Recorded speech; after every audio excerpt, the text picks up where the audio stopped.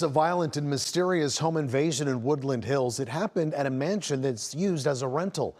KCAL's Hunter Sowards is live in Woodland Hills. And Hunter, the LAPD is being very tight-lipped about this one.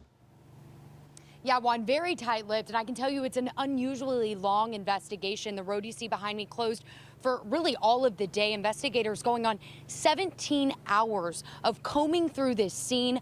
I spoke to one man who was on his way to work this morning and saw something really unusual, men trying to jump into a moving vehicle holding trash bags. He said he immediately called 911. The beginning of a brazen home break-in caught on home security cameras on Calvert Street. At around 4:35, it shows a car pull up and at least 4 people file out of the vehicle. They're seen making their way in front of the gate before disappearing from view. Less than 10 minutes later, the group is seen making numerous trips from the house to the parked car. That's when a neighbor seen here on his way to work happens to drive by and notice the bizarre behavior. As I was driving down the street, there was a big white SUV parked on the right side. As I pulled towards it, it started moving with the rear door open and a guy with a big garbage bag trying to run into it. He immediately knew something was wrong. So I called 911, but they turned their lights off and sped around me. Sky Cow was over the crime scene early Thursday morning, showing a number of agencies going through the home. At one point, a bag full of what appears to be weapons was seen surrounded by shattered glass and evidence markers.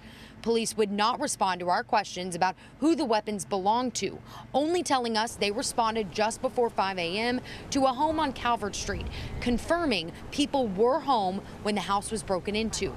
We spoke to a man who didn't want to go on camera, claiming to own the property. He says he was renting the place out to a group of 5 who told him the suspects posed as police when they smashed through the windows. It was kind of unbelievable that they would have the gall to do that.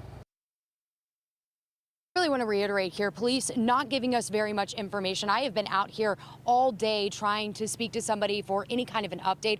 A lot of questions that we do not have answered. How much they made away with, if anybody was hurt in this break-in, in this home invasion. All questions that, of course, we will update you when we have that. But I can tell you, people who live around the area very frustrated that this road is still closed tonight, some 17 hours into this investigation. Reporting in Woodland Hills, Hunter Sowards, KCAL News. Hunter, thank you.